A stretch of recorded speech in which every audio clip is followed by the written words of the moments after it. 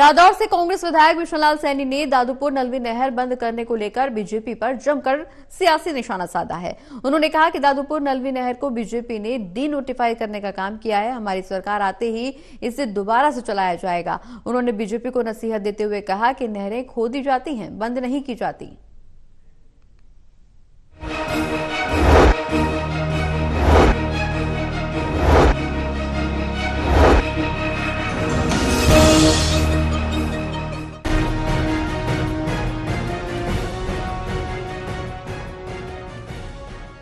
दादूपुर नलवी नहर को लेकर बीजेपी और कांग्रेस एक बार फिर आमने सामने है। रादौर से कांग्रेस विधायक विष्णुलाल सैनी ने दादूपुर नलवी नहर को पुनर्जीवित करने की बात कही है। कांग्रेस विधायक विष्णुलाल सैनी ने कहा कि प्रदेश में कांग्रेस की सरकार सत्ता में आते ही दादूपुर नलवी नहर को दोबारा चलाया जाएगा। कांग्रेस विधायक ने बीजेपी को आड़े हाथों लेते हुए कहा कि प्रदेश सरकार ने खुदाई की हुई दादूपुर नलवी नहर को डी नोटिफाई करने का काम किया। नहर के निर्माण में 600 करोड़ का खर्चा आया। नहर पर पुल का निर्माण हो चुका था। कुछ किसानों की पेमेंट भी हो चुकी थी। आधे किसानों की पेमेंट देने पर सरकार का नजरिया बदल गया। उन्होंने हाईकोर्ट में कहा कि इस नहर की डायमेंशन गलत है। नहर का पानी गलत दिशा में बह रहा है और किसानों को इसके बदले मोटी पेमेंट चुकानी पड़ेगी।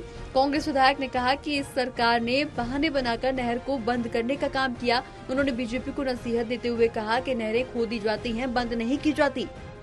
देखिए, पहली सरकार थी बीजेपी की जिसने किसी खुदाई नहर को डी नोटिफाई कराने का काम किया, जबकि सारे खर्चे हो चुके थे।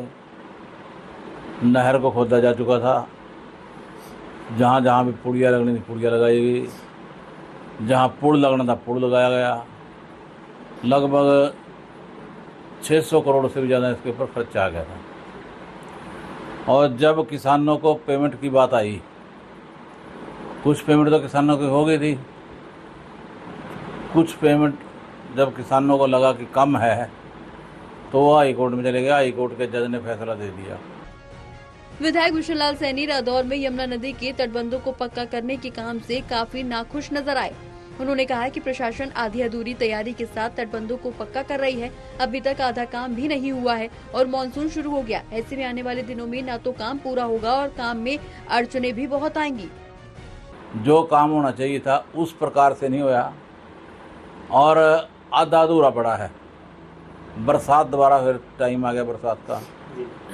ये लोग तब काम करते हैं जब बरसात का सीजन आ जाता है।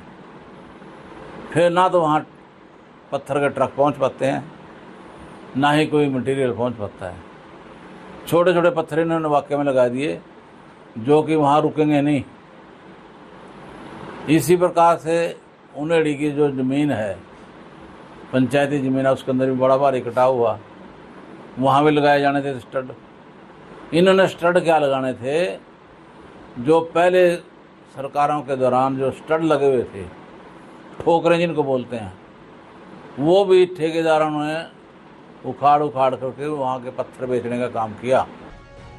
पूर्व विधायक श्याम सिंह राणा के इनेलो छोड़कर बीजेपी में जाने को लेकर भी उन्होंने प्रतिक्रिया जाहिर की।